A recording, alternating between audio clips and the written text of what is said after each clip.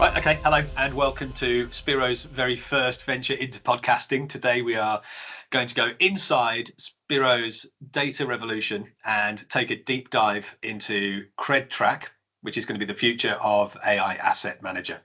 So to do that with me today are Yogesh Dimpanka, who is Spiro's global head of telematics, AI data monetization and maps, and of course Kaushik Berman, who is Spiro's CEO. Hello to both of you and welcome to the podcast. Our first podcast. It seems like everything we do in Spiro is always a first. And I suppose people will know us as the first company that puts electric motorbikes, 20,000 almost electric motorbikes now on the ground in Benin, Togo, Rwanda, Uganda, Nigeria, Ghana. The list continues to grow. So I guess Kaushik, let's start there. It's a good place to start. We know about the bikes. We know about Spiro's charging infrastructure and the battery swapping ecosystem as well. So tell me about the significance of data in Spiro's ecosystem and how this new system, CredTrack, fits into that broader strategy. Thank you, Lee, and great to connect on this exciting topic. I think mobility as a service model has transcended over the past decade, and various mobility players in the ecosystem, operating upstream all the way to downstream along the entire value chain, have realized the power of data and, most importantly, insights that you can generate from the data. These insights are extremely useful for multiple groups of stakeholders. And let me explain how. Today, whether it is bikes, whether it is scooters, whether it is cars, these are all smart devices similar to our hand phones. Yeah. And most of the time, any type of user, whether it's a commercial rider or a consumer who's using these vehicles of any different form factor, is essentially spending a lot of time in the vehicle or on the vehicle, right? Inside the car or on the bike. They're traversing distances, short distances, longer distances, driving behavior. There's so many patterns of routes that drivers take, and different use cases, whether it is used for delivery of food, whether it is shipping people from point A to point B, or just for leisure. And all of this is happening in a urban ecosystem where you have huge amount of traffic that's also flowing out. Now, if you connect the dots, the data which is coming out of all these devices is probably into petabytes of data every single day. Whether it is a gas vehicle or whether it's an electric vehicle, in the complexity of an electric vehicle is you have a battery and charging, and there's data from that as well.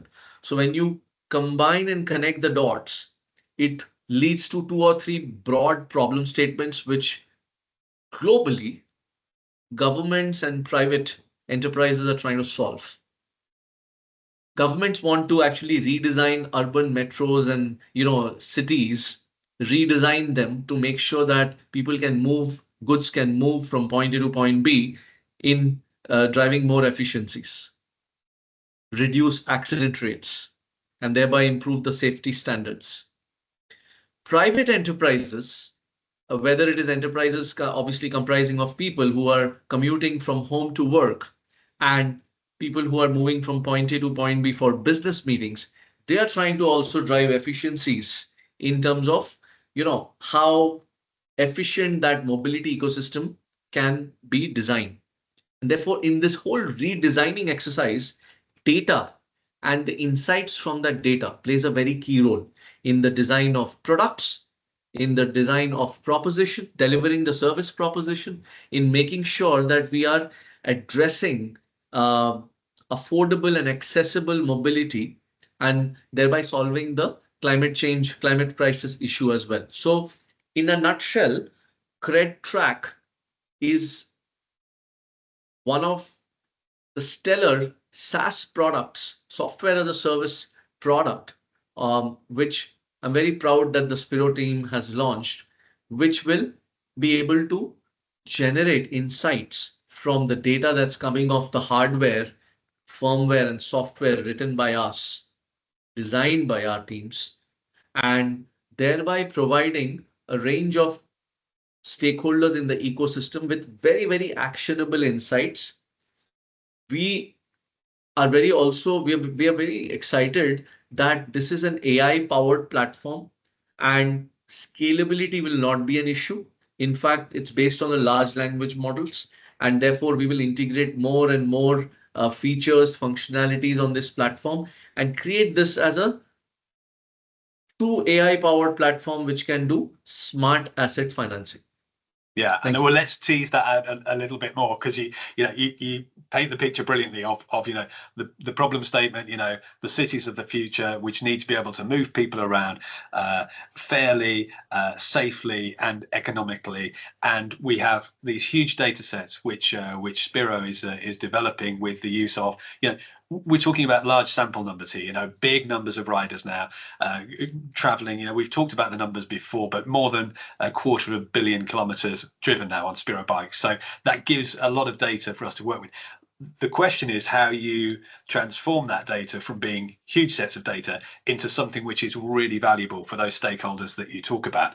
And that's where Yogesh, your team comes in, and the work that you've been doing. So if you can, and I'm almost nervous to ask this as I try and keep up with the technology and how it works, but give us a sort of deeper dive into that technical architecture and the sense of how CredTrack is making that transition from those big data sets into something that's really useful for stakeholders. Sure. Thanks, Lee, for having me on the session. So first of all, I think I would really like to thank Kaushik for planting this seed right sometime back. So see, we have a huge data set. So if you talk about telemetry data and 20,000 vehicles sending data every 1 or 2 minutes, then we have say 50,000 plus assets in terms of batteries, right? Sending data every 1 or 2 minutes. And if you also talk about the swap stations that we have, that is also emitting a lot of data.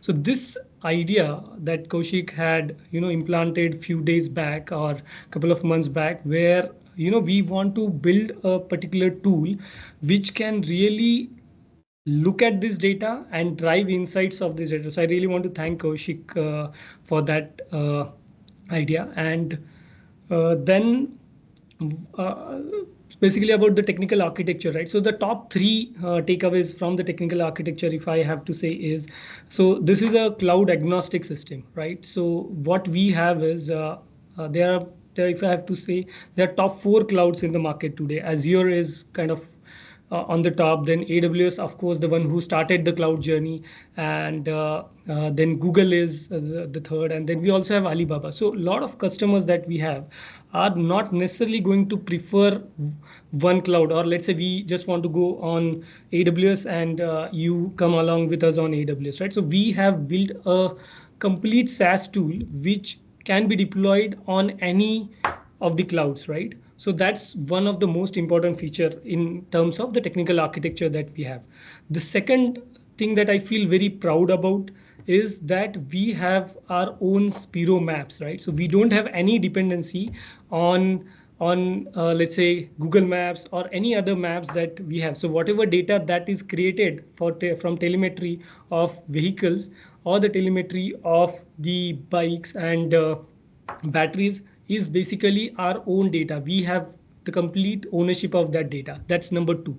And then the number three is like what Kaushik mentioned, right? We have LLMs, we have Gen AI, we have machine learning and AI, which is analyzing all these data sets, which are very, very large data sets. They are actually big data solutions where the velocity is high, where the scale is high, and these AI models are actually running across these data sets while the data is in flight and making those decisions while the data is in flight itself. So for example, if a driver behavior is not right, that data decision is made instantly. It's not like made after a couple of hours or after a couple of minutes. So I think all these three things in terms of technology architecture stands out and makes CredTrack a true SaaS product which is AI powered. Absolutely, and as you say, it's a system which can be used across different clouds. It's got, as you say, our mapping systems. There's so much autonomy for us in what we're doing that we're then sharing with customers. And the question, Kaushik, I suppose, becomes about the real life advantages of that for our customers. And Yogesh gave a really good example there of up to the minute, up to the second almost, data that's coming back and telling you how somebody who's driving, for example, how someone is organising their day. But just tease that out a bit more for me and give me a sense of some of the other benefits which customers are going to get from using this data through CredTrack. Yeah, so I've experienced this firsthand in the emerging markets, developing markets in Southeast Asia and including India. You see, most of the asset financing companies who are financing bikes, which is kind of similar to a retail asset portfolio in a bank, right? Credit cards or loans. It's like you're financing an asset to the commercial driver, primarily in the subprime segment. These drivers in the subprime segment. So they don't really have a credit history score. Now, gig economy is exploding and will continue to. If you connect the dots, banks and financing institutions are willing to lend. There's a problem statement that there's no credit score readily available for the driver segment. And they're really driving to enhance their livelihood. So they need the bike, which will help them, which will drive inclusion and upward mobility of the subprime segment to prime segment over a period of time. So mobility, therefore, is an enabler, which is where Spiros' higher purpose is.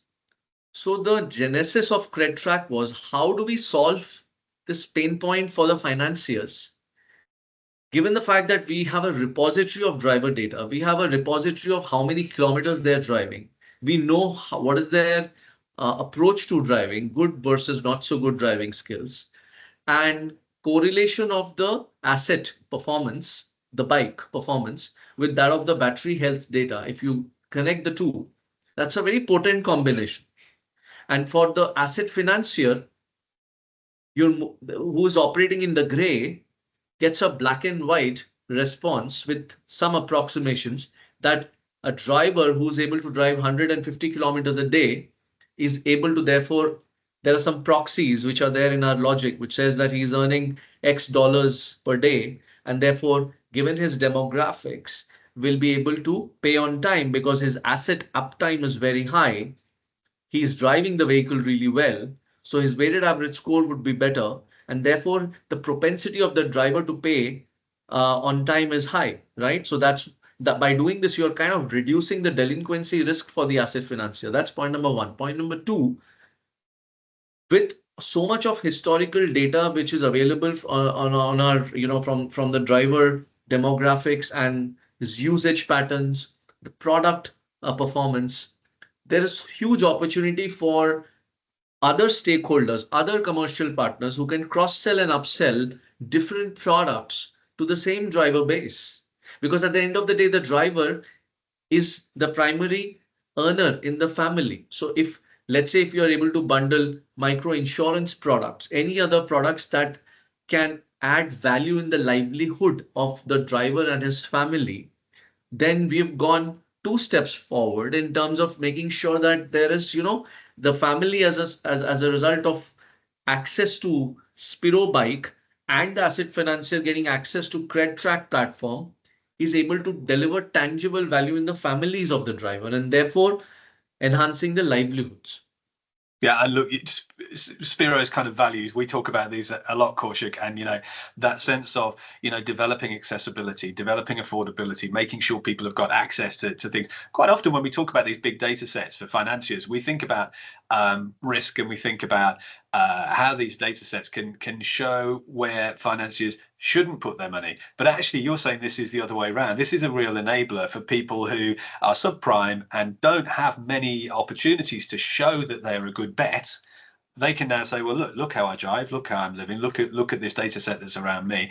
Actually, I'm a good bet for some of these additional services that you're talking about.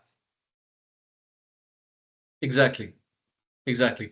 And I think we are just scratching the top of the iceberg, because the more I think about Gen AI, and Yogesh and I were discussing a couple of days ago, the advances which are happening in large language models, and there are other approaches such as, the RAG model, which is how you bring in additional environment and context. How do you bring the nuances? How do you bring the nuances to reduce biases in the model? Is where artificial intelligence will be able to leverage the maximum benefits if we are able to remove biases from the model. And to do that, we will therefore need to invest more in uh, fine tuning these models, which Yogesh's team are doing. And probably Yogesh can elaborate on this. Right, exactly. So, just to pick one example, right? So we are so one of the two problem statement, right, that we have is to understand the behavior of the driver, right, or to understand from which demographic location he is coming. So, to building on the point that Kaushik mentioned regarding RAG, where we get more context to this particular thing, right? So, I think the asset financiers or anyone who is lending the bike, right, who they are really interested in understanding that can there be a defaulter, right? And with the RAG model that we are talking about, it can give more and more context, right? What's the area that person is coming from, or what is the credit history. So we don't really have a lot of information about the credit history and all, right? So we have these big data sets that we have pulled in, or we are building over a period of time based on the swapping of the batteries, based on the utilization of the wallet, based on the driving pattern in the day and night. And then a lot of these contexts are brought to the decision making tool that we are presenting to the asset financer. So yeah, I completely echo to what Kaushik said, that the RAG model is going to make a lot of difference in the way the asset financiers are going to use this tool. Yeah. Yeah, and I mean, you're touching on what will happen in the future, Kaushik, as well, talking about development of moving biases out of the system and other ways of improving this. But I suppose coming back round full circle, final question. Coming back full circle, I started by saying, people originally thought of Spiro as a motorbike company rather than a data company. We all know that image is moving, and looking at it from that perspective, just from the motorbike perspective for a minute, 20,000 odd bikes on the road now, that number is only going to increase. We know Spiro will move into additional markets, additional geographies in the near future. These data sets are going to grow and grow and grow in terms of the amount of information and the amount of value in there. So are you already thinking, and this is a question to both of you finally, already thinking about how you harness that value? Yeah. Indeed. And the way I'm seeing this is Spiro is not a bike manufacturer, right? Spiro is a platform company. We are a technology platform company enabling mobility in the primary use case. As we are aware that we are working on multiple projects where we will extend beyond mobility into bespoke energy storage, right? Because batteries, common denominator between mobility, energy storage, recycling, there's humongous amount of data that is coming out of the batteries. What are we doing with it?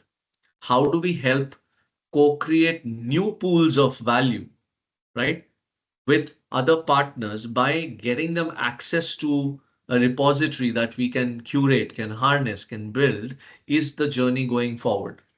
And on this technology platform, this is like, think of this as a highway. It's like an expressway. What Spiro's tech platform is an expressway. And data should flow seamlessly across borders, right? And where you have a driver data, you have an asset data, you have energy storage data, they all are talking to each other. They are all connected.